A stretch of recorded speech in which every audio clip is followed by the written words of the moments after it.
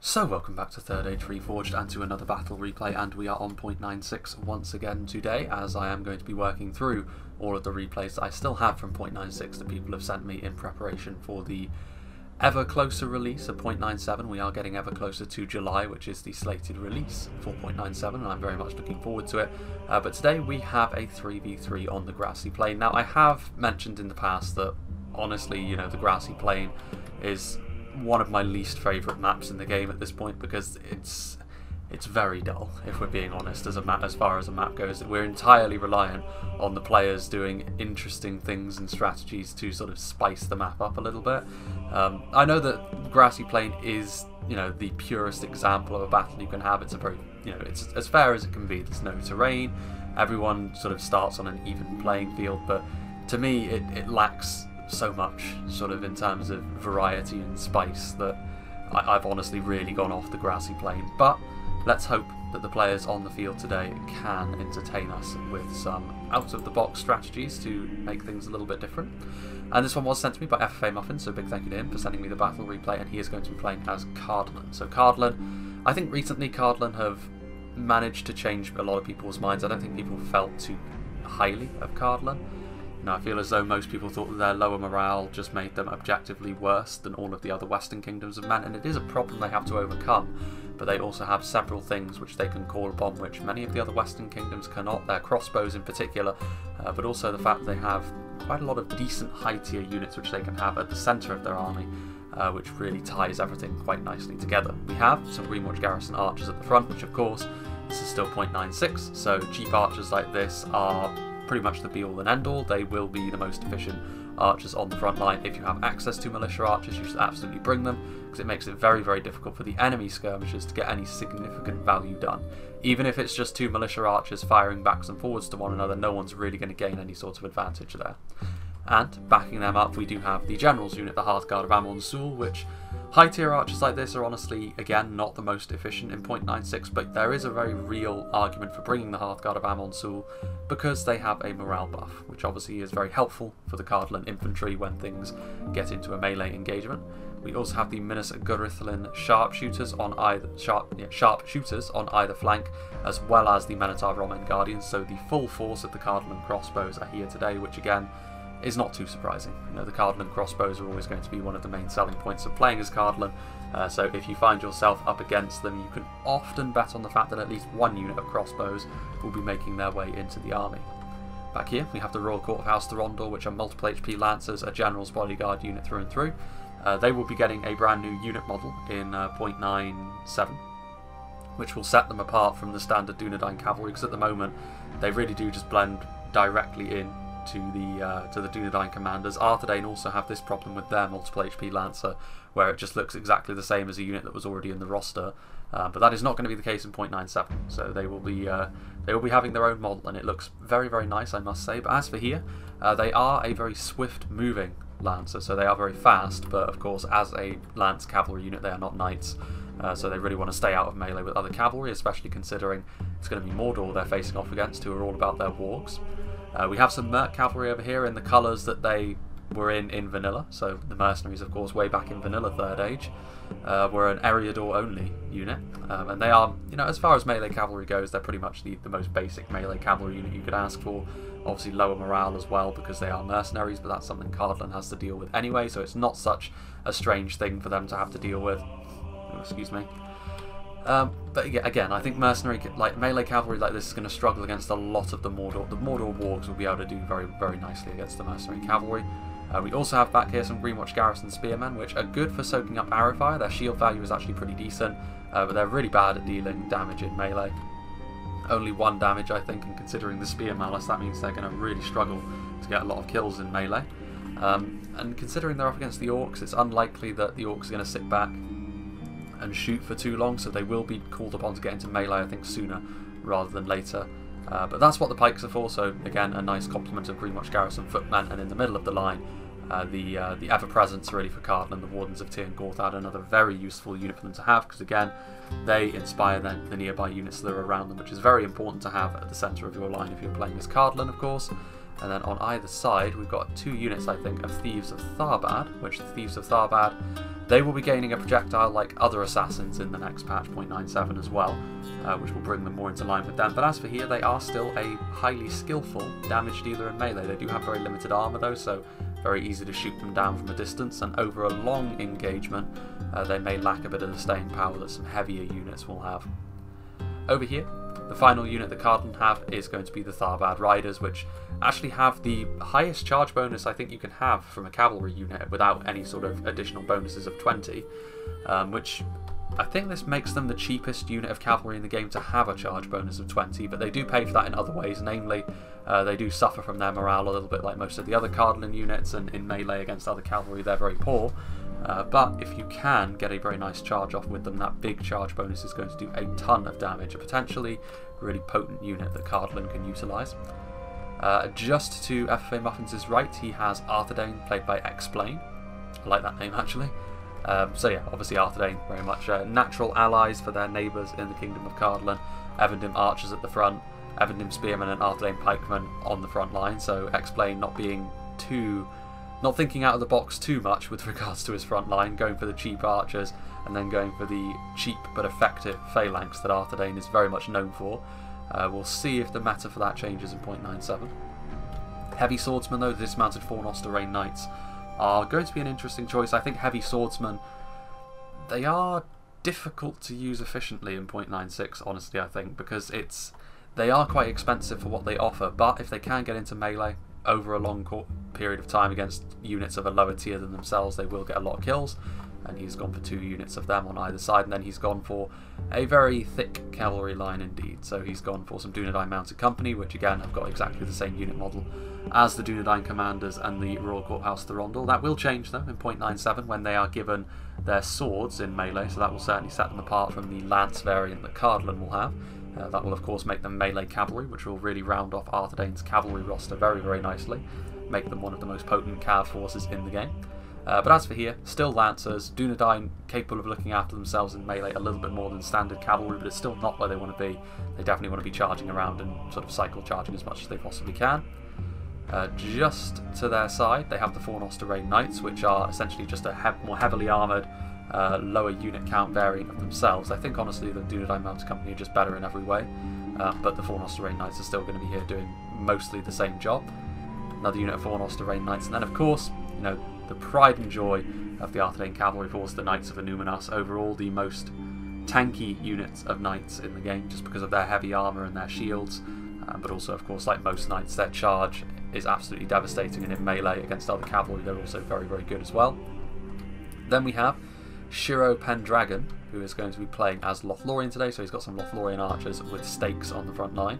He's also gone for some hidden units here as well, so some Sylvan Rangers waiting in the wings. That's 2 units of Sylvan Rangers actually, we'll see if that pays off. Looks like a very small army from Lothlorien, but it is the elves, so not too surprising. Some Galathrim nobles, very good at range and in melee of course, and a couple of units of Sylvan Spears. Also some Lothlorien warriors, which I'm a big fan of this unit from Lothlorien in particular, just because this is something the other elves don't really have access to.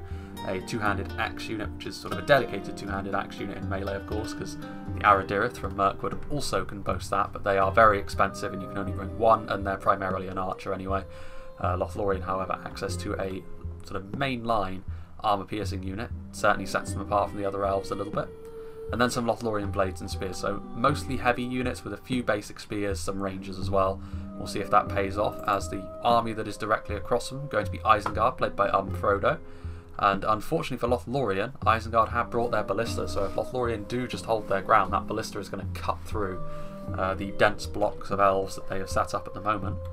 However, they will be able to easily vanquish these Uruk-hai archers on the front line, so Isengard will need to be either sitting back using the ballista, or they'll need to be very aggressive, otherwise their archers are just going to get picked apart.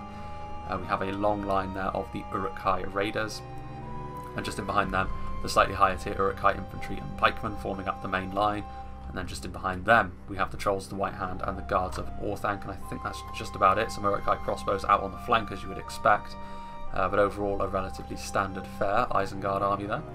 In the middle we have, I guess, joining the dark side. It was so nearly a good versus evil fight, but Rohan is here fighting alongside Mordor and Isengard, which makes, especially from an Isengard perspective, not great for Rohan. We've got some Westmark spearmen on the front line, In 0.97, Rohan's infantry will be made a little bit better. They will be losing some of the unit count that they have, so they're capable of sort of spamming out units, kind of like the evil men are at the moment, actually. But they will be of higher quality in 0.97, which I certainly approve of. Westmark spears on the front line, the higher tier spearmen that Rohan have available to them. We've got the Medusa Guard as well, which very, very potent javelins, and then obviously a bodyguard tier infantry unit when they pull out their weaponry in melee. Eowyn's shield mains, which for the time being are still have their armor-piercing projectiles, but they will be losing that AP in the upcoming patch. Having said that, they will be gaining some base damage as being axe throwers. Helmingas and Westmark infantry as well. We have, what is my personal favourite, especially in the upcoming patch when their unit model has been given a bit of a makeover. The Westmark Marshals, a higher tier shock unit, and then we also have some more Helmingas at the back over here.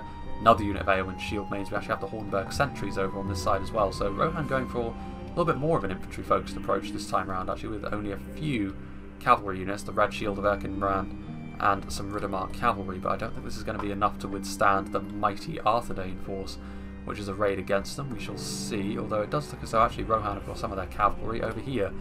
Riders of the Fold and some Riddermark cavalry, giving some assistance to Mordor, who are played by Sosa, who has gone for some Melkor's Chosen and some Númenórean Lancers actually at the back for her mounted division, which it'll be interesting to see as well. I mean, that should be more than enough to polish off any of the Cardland forces if they hang around in melee, but it depends what Arthedain do with their huge cavalry force that they've decided to bring. Orc archers and orc fodder on the front line. They're just going to be here to absorb a bit of the initial ammunition. It'll be interesting to see how aggressive Mordor want to be. They've gone for some Olag Kai as well, some Morannon halberds. Also, we've got back here some Black Legion of Barad-dûr, which of course the Great Shield Infantry. On a field battle like this, maybe not quite as effective as they are in sieges, but they will still be able to make a real mess of the Cardland pipeline if it comes down to it. Nazgul as well, so again, if Mordor go forward in a big old blob with the Nazgul at the centre, that's something else which Cardland will struggle to deal with. Some Sauron's Will, some Orc Javelins, Minas Morgul Chosen here at the back, so some heavy spears, and that's just about it. There may of course be some hidden units in many of these armies, but without further ado, let's begin. And I do wonder, I mean, I think a lot of the power in this battle is actually going to be dictated by Arthedain, just because they've got so much cavalry. They're going to be able to sort of spread out and pull the red team around a little bit, because I do feel as though Mordor would certainly be best served, I think, being really, really aggressive into Cardland, but I mean the crossbows are here, which would be a concern, but provided though the crossbow bolts are absorbed by just the Morannon units and the fodder, Mordor won't really care too much about that.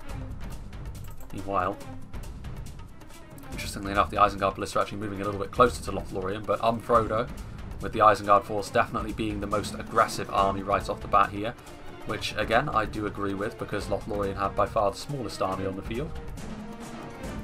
And they can definitely worry Lothlorien here if they continue to push forwards. The only problem is it does look as though Arthedain very much on top of things, ready to assist their allies should they need to with the Dunedain Mounted Company. It is interesting though, the entirety of the Rohan force is also sort of shifting over to back up Isengard's advance, and in response to that Lothlorien is also retreating, so in many ways the battlefield is just tilting a little bit, but this does leave Mordor a little bit isolated. You can see that their allies are sort of charging way over here, but that was a pretty opportunistic charge there from the Riddermark cavalry, charging into the Avendim archers while they were moving. Certainly not a decisive blow on a really important unit, but still sticking out, and Rohan taking full advantage of that. Rohan's horse archers also letting off a few salvos into the Dunedain Mounted Company. Let's not forget though that the Red Shields, they are melee cavalry in melee, so you would certainly back them to defeat a single unit of Dunedain Mounted Company at the very least in melee. In addition to the small amounts of damage they'd be able to do with their bows. Meanwhile, got a few units of Rohirrim cavalry over here as well, the Riddermark cavalry, but Arthedain, I think they've gotten a bit too aggressive here. They've been drawn into going after the Rohan cavalry, but they really don't want to be anywhere near the Melkor's Chosen. The Melkor's Chosen are going to be absolutely butchering the Fornost Array Knights. This is exactly the sort of unit the Melkor's Chosen love to go up against with those big spiked maces that they wield. The Knights of Anumnus are in behind here. The Riddermark cavalry are going to charge head on with the Knights of Anumnus. That's brave of them, because they will certainly take the worst of that engagement, but even so, just trying to pick away, perhaps, at the Arthedain cavalry force. Ooh boy, that is a hideous frame drop, which can only mean one thing. Where are the Sylvan Rangers? There they are. They must have been firing right into the heart of that Isengard blob over there. Yep, you can see that as the blood spray goes up, the frame rate just completely disappears. That's good for Lothlorien, because the frame rate tanking means that they're hitting a lot of units all at once, which is bad news indeed for the Uruk-hai as they have to tank those elven arrows. Meanwhile, over here, Mordor sending over a few of their infantry units to sort of engage with the Cardland front line, actually catching out a few of their archers as well with those orc fodder. But Cardland are going after the main body of the Mordor infantry, and at this point Mordor are starting to shift their main line forwards a little bit. The Tharbad Riders actually catching out the orc archers as well there. Orc archers already shaken. You know, when they're getting attacked by cavalry, it's unsurprising to see them become shaken very, very quickly, but the Olag-hai very, very quickly going to be able to chase those off, and they will actually be able to continue the charge into the Minas-Garithan sharpshooters. Indeed, they'll have to, I think, because if they don't, they're just going to get shot. The Olag-hai will be able to stay alive for a little bit longer than the Minas-Garithan sharpshooters will have before they have to pull out their maces in melee. Roll Corp House the Rondor just sort of standing here. I mean, the Morannon Halberds, if they just move a couple of feet forward, they're going to be able to start poking away at the most potent Cardland cavalry unit that there is. And they're going to start to die if they don't get out of there. They're actually charging towards the Halberdiers. I think actually it's probably a good idea if we go down to half speed, considering all that's happening. Royal Court of House Thorndor are now going to retreat. They didn't actually... I don't think they lost anything too substantial there, which is a real let-off actually for Cardland, considering the Halberds were right there. Mordor struggling a little bit to really make their assault have any kind of momentum to it by the looks of things, because they are pushing forwards, but they're taking a lot of damage on the approach from crossbows and archers, which is exactly what Cardland would have wanted, of course. But Cardland also need them to keep doing that damage, because if they don't, there's no way that Greenwatch Garrison spearmen and basic pikes are going to be able to withstand the level of infantry that Mordor have on the field today. Meanwhile, see that there's still engagements happening here between the cavalry. The Knights of Annúminas haven't lost too many men in these engagements which have happened so far, and they have engaged with the Red Shields, which are not the easiest target, but the Knights of Annúminas are still stronger than the Red Shields, and indeed the Rohirrim cavalry is shaken now. Here are the Riddermark cav charging in here to try and support, but the Fawn Osterrain Knights, again, that superior armour. I think so far, I mean, it could have gone better for Arthedain, but it could have gone much worse as well, so Arthedain will probably be just fine with how this engagement has unfolded so far, but it does look as though Lothlorien are starting to really struggle on this front line, just because they have, you know, they did have a very small army, and despite the initial salvos from those Sylvan Rangers, the sheer number of the Uruk-hai are starting to put real pressure on sections of the front line. But in other areas, it's clear that Isengard are just sending a token force over to engage some units and sort of hold their attention, because there's no way Uruk-hai raiders will be a match for any of the heavier Lothlorien units. Meanwhile, those Uruk-hai crossbows taking a real beating here from the Lothlorien archers, which is one problem Isengard will have, of course. You know, with the amount of archers Lothlorien brought, it was always going to be difficult for them to get what they needed into position. Meanwhile, there is the Ballista. With his own units engaged with Lothlorien, I mean, he is doing the right thing here technically, but you know, he'd be much better off trying to go for the back lines over here, because he's killing off a lot of these Arthedain pikemen as it is, but he's also getting a lot of friendly fire, which, you know, a lot of friendly fire is certainly what we want. I mean, I guess they are orcs, but Uruk-hai are a little bit less replaceable than like fodder from Mordor, for example. Meanwhile, Arthedain pikemen and spearmen pushing up, but taking some shots from the side from the Uruk-hai archers. Back here, meanwhile, the main Rohirrim army, which actually hasn't moved forward in as aggressive a fashion as I would have hoped, to be honest with you. They have an opportunity here, Rohan, I think, because Isengard are actually making some decent progress, but they're going to need the backup of these Rohirrim infantry if they're going to make it stick. And unfortunately for them, I think Arthedain are going to be able to hold their attention with a small force over here. I mean, it is Knights of Annúminas, but I think that these Rohirrim units, that they're needed on the front line to help Isengard out, to go into the side of Arthedain and wrap up the line going that way. As it is, though, they're being held up by a small Arthedain force. Meanwhile, in the 1v1 which is happening over here, really, between Mordor and Cardland, the initial damage that Mordor was taking has given way to their melee prowess, and now Cardland, with a bit of a backs to the walls type defence here, the Wardens of Tirngorthad are holding on in the centre, but you can see how thin the Cardland front line is. Then again, Black Legion of Barad-dûr, Minas Morgul Chosen, Moran on Halberds are actually starting to wrap around the Mordor forces as well with some Greenwatch Garrison Spearmen. These Olag High are also still over here, but they're also starting to fall away. I mean, the Minas Garithlan Sharpshooters, AP and melee, so they're not completely helpless, and also with the support of the Thieves of Tharbad as well, looks like that's going to be the end for the Olag High, which is a big unit that Cardland have been able to shut down here. But a real problem that Mordor are going to have to deal with are the Tharbad Riders. They're going to get their Lancers out, and these are going to be absolutely brutal charges. Like I said in the army competitions, the Tharbad Riders are so good off the charge, it's why you bring them. They do have some pretty severe shortcomings in terms of how good they are in melee and their morale, but their charge is so good. It's too good to ignore, and Mordor are really struggling here, because Mordor, they do have some really strong blobs of infantry, but they're just getting rear charged, and it's not good for them. Hammer and Anvil pretty consistent. The Minas Morgul Chosen do turn around, and a lot of the Tharbad Riders do die.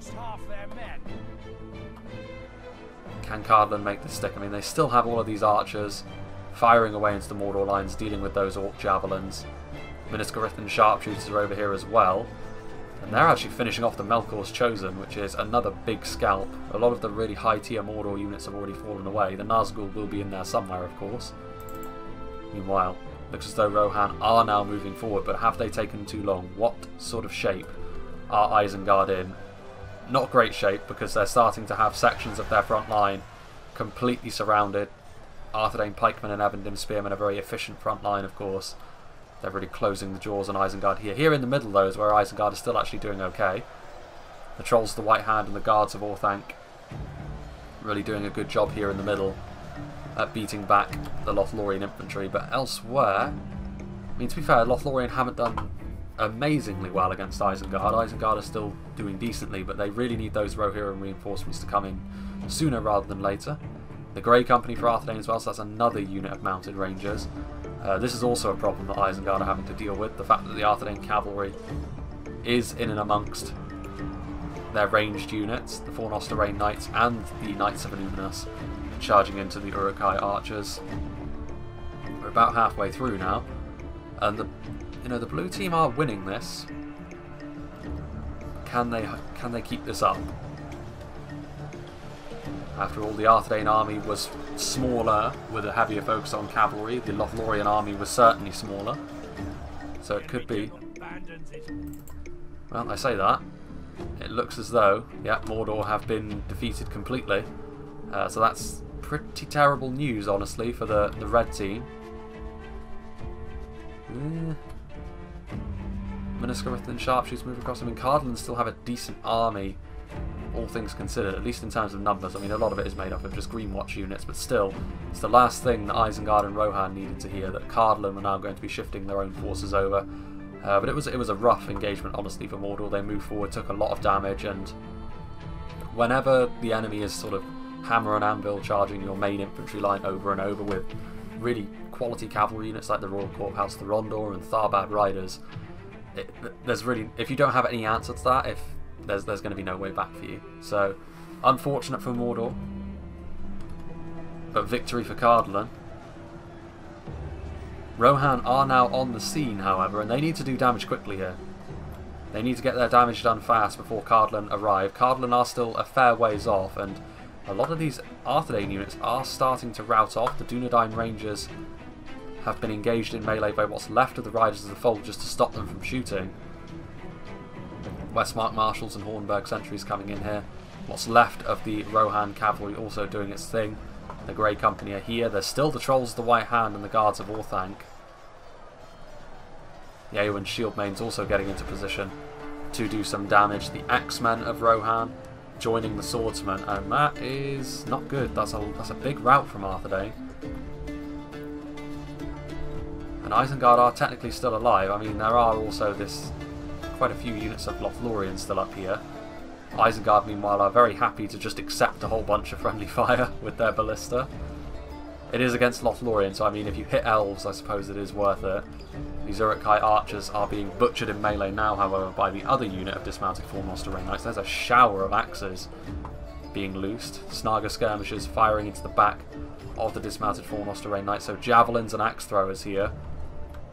proving to be a real damage dealer. And, well, there goes the Lothlorien general, killed off by one of the guards of Orthanc. Cardland are now getting on the scene, which is absolutely essential, I think, because Arthedain and Lothlorien were really starting to struggle, but with these Cardland reinforcements I think the blue team should be just fine. They should be able to hold this together. Bit of a weak charge there actually by the Royal Court of House of the Rondor. They didn't really get up to speed. They did manage to charge into the Eowyn shield maidens here. There goes the Arthedain general as well, so this quick strike by Rohan, I feel as though it could have happened sooner in the battle, but they've done the business here. I mean, the Miniscaruthlan sharpshooters are firing in now, and that may be the problem, the fact that Cardland still has too much in terms of ammunition left. Patrols the White Hand, meanwhile, getting in and amongst the Avendim archers. Going to be doing a lot of damage there, the Galathra of nobles, but they're making a good fist of this here, Rohan and Isengard. Who knew that if they just put aside their differences and worked together to burn down the Westfold, everything would have been fine. Meanwhile, the Minotaur Romen Guardians marching into position there in the background. Westmark Marshals, I mean, they've just been feasting upon these Evendim spearmen for the time being. The Minotaur Romen Guardians will be able to put up far stouter of an opposition. Grey Company moving into position, there's some Westmark infantry. It's a very stretched battle at this point. And ultimately, because there's so many gaps, I would imagine the factions with more cavalry will really start to see more of an advantage swing their way, and Cardland are the ones with the Royal Court of House of the Rondor still, I believe. But having said that, I don't really see them running around anymore. It's a very stretched engagement though. There's still a few units of the Rohirrim over here, putting up a bit of resistance alongside the Isengard ballista crew. The Helmingas are fighting off against just Greenwatch Garrison spearmen, and this is where skimping out on their infantry may actually hurt Cardland, because most of their infantry at this point is very low damage, not capable of doing damage very quickly. And there's Westmark spearmen over here as well. They're about to get recharged though by the Royal Court of House of the Rondor. Already they become shaken as well. Nice charge. If they can keep doing that, this unit will be destroyed as well. Absolutely chaotic. You can just see by how far the bodies are scattered across the field just how chaotic this fight has been. Guards of Orthanc, they're going to be a difficult unit for the blue team to break down as well. Lothlorien archers. Lothlorien is still technically retreating all the way around here, trying to get their archers into a safer position. Eowyn shield maidens and Westmark Marshals trying to bring down the Minotaur Romen Guardians, and they should be successful, honestly. It's not looking great for the Cardland Halberdier at this point. Meanwhile, Galathra nobles and Wardens of Tir Gorthad, that is a potent combination indeed. The Guards of Orthanc have picked the wrong fight here. They are outmatched, and the Isengard heavy spears are going to be killed if they stay in that engagement all on their lonesome. Meanwhile, Eowyn shield maidens finding a gap, able to close with the Miniscaruthlan sharpshooters in melee. Interesting engagement that. Neither one's going to come out of it looking pretty.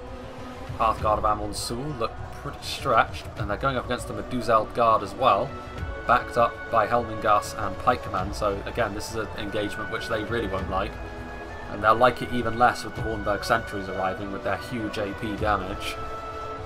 But Rohan seem content to just completely ignore the Royal Court House of the Rondor, which is probably not the best way to go about things. Those hammers will start to do damage to the Royal Court of House of the Rondor if they just allow them to.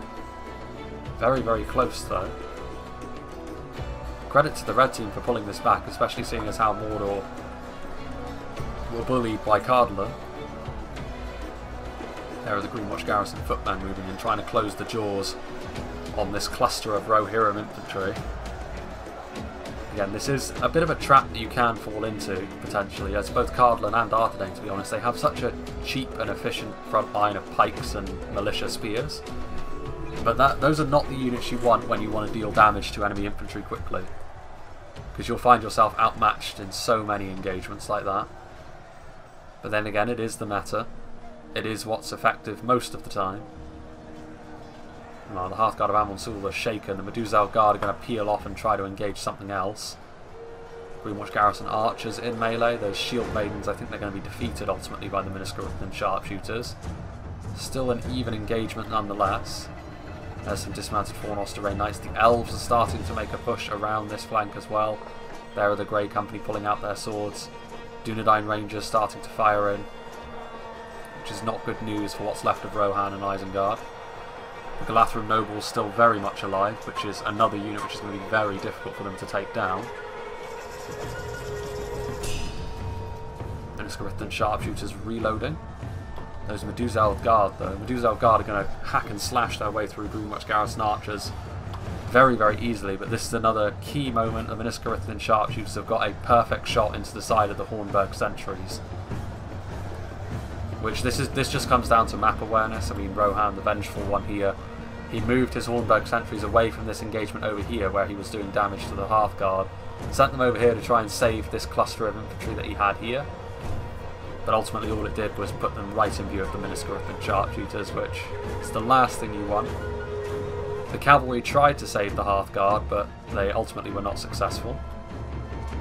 Those Lothlorien archers are going to go into point blank. I think the blue team are going to win this just based on the fact that they have a few units of archers, one unit of crossbows still firing away, and also they still have some depleted units of cavalry running around doing a little bit of extra damage.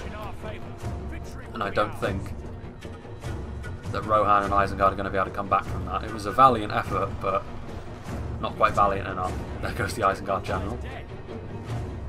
Cut to pieces by a volley from some archers.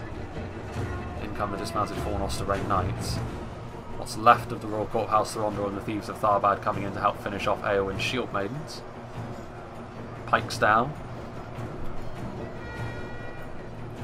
What is this?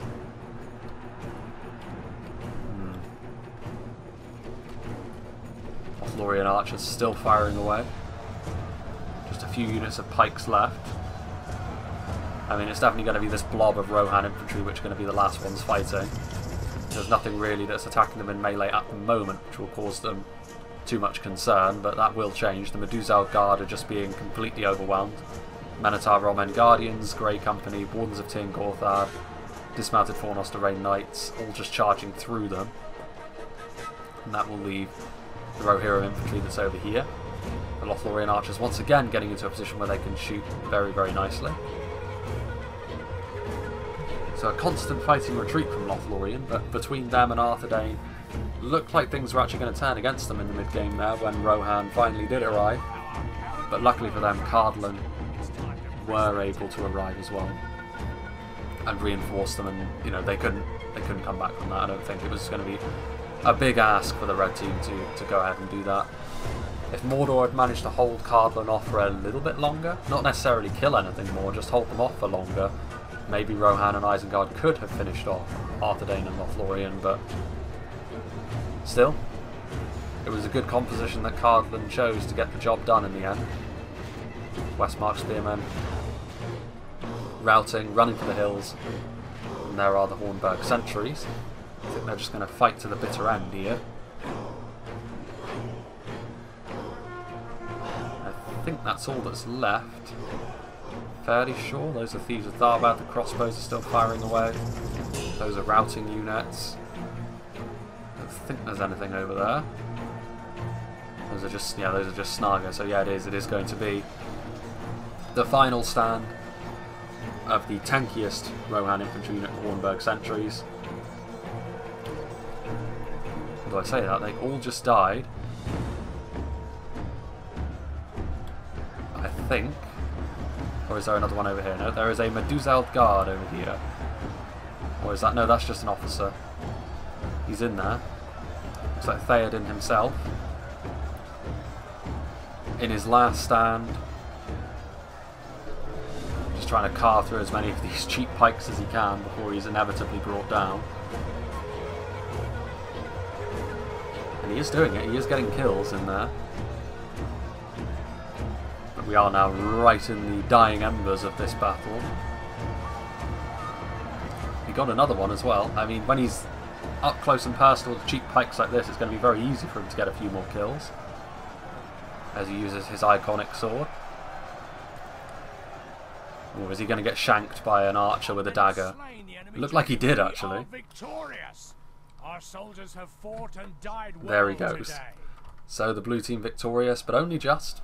It did turn out to be much closer than it initially looked like it was going to be. Mordor had a pretty rough ride against Cardland, to be honest with you. But that was just a case of having the right tools for the job. Also the fact that they were able to shut down the Melkor's Chosen and the Olag High with units that were much cheaper. As for Arthedain and Lothlorien, getting very similar amounts of kills, so they obviously worked well in tandem with one another. And to be fair, so did Isengard and Rohan, but with the arrival of Cardland it was always going to be very, very difficult. Let's see what did the damage for Cardland. So Royal Court of House Thorondor, they were active from a very early point in the battle, getting a lot of kills, 320, but amusingly enough, a unit of cheap pikes with 389 kills, the Greenwatch Garrison Footmen. Again, it goes to show, especially against the Orcs, how well just a basic unit can do if they're up against something just really easy to kill. You know, they can rack up quite a kill count throughout the battle, and I think, yeah, that's pretty much it. But a good spread of kills across most of the Cardland units, to be honest. Tharbad Riders getting 261 as well. The pikes in general, not one getting below 200 kills, so goes to show that pikes, a very big part of how you can have a lot of success with Cardland, even with your infantry, especially when you back them up properly with those crossbows, which mixed fortunes for the crossbows. 2 did very well, 1 not so much. But I would imagine that was the one that had to go toe-to-toe with the Olag High in melee, which is certainly not the easiest task to undertake. But yeah, big thank you to FFA Muffins for sending this replay to me, and it was a very chaotic fight. One of the more chaotic fights we've seen, I think, on the grassy plain, which is good to see. And as I said, we will be continuing with wrapping up the .96 replays that I have in the pipe. And I think there's 2 I have. There will be a Rivendell Siege, which will probably be the one that I do directly after this one. But there is also a siege which I have on a custom Dwarven settlement, which is, it's kind of a weird one. I will explain when I think I'll explain it more when I'm actually doing it, because it's hard for me to explain here, but it has the feel of one of those maps which was sort of in the game files, which was never quite finished. It is still very much playable. There is one rather strange visual element to it, but it will definitely be worth showing, I think, because it has the potential to be a very interesting one, to say the least. But yeah, we have Rivendell, and we have what is almost an updated Erebor, which is, you know, sort of what the feel of the map is. So yeah, I hope you enjoyed this, and I hope you'll join me for whatever is next.